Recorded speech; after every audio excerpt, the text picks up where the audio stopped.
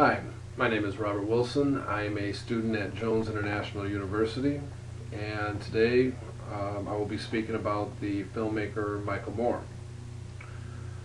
Michael Moore is a controversial documentarian that has stirred the emotions of his audience as well as the eyebrows of executives, prominent politicians, and our own government.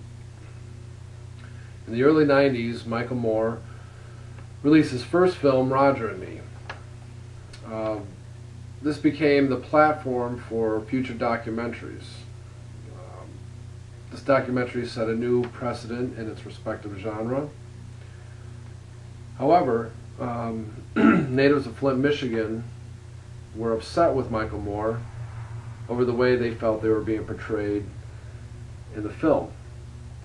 Some had even suggested that the people portrayed in the film were intentionally filmed because of their appearance and not because of any relation to the subject matter.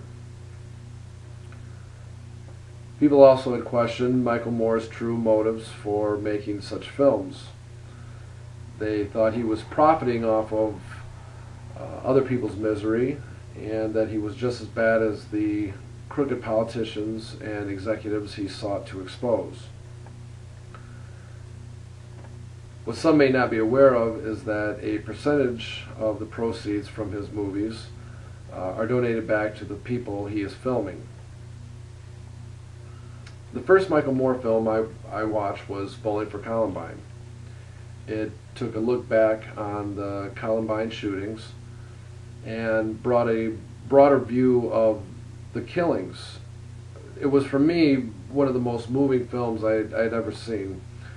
I remember at one point being brought to tears, and this was something that I had not experienced watching a movie before.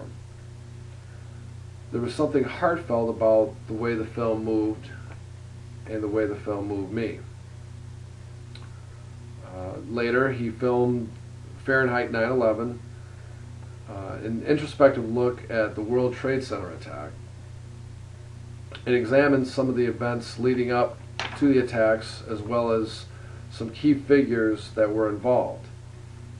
For this, he received much scrutiny, and some had questioned the legitimacy of his facts in the movie.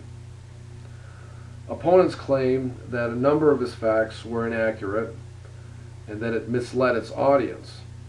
But Moore stood by his film, claiming that all the events and statements were in fact true and had the documents to prove otherwise.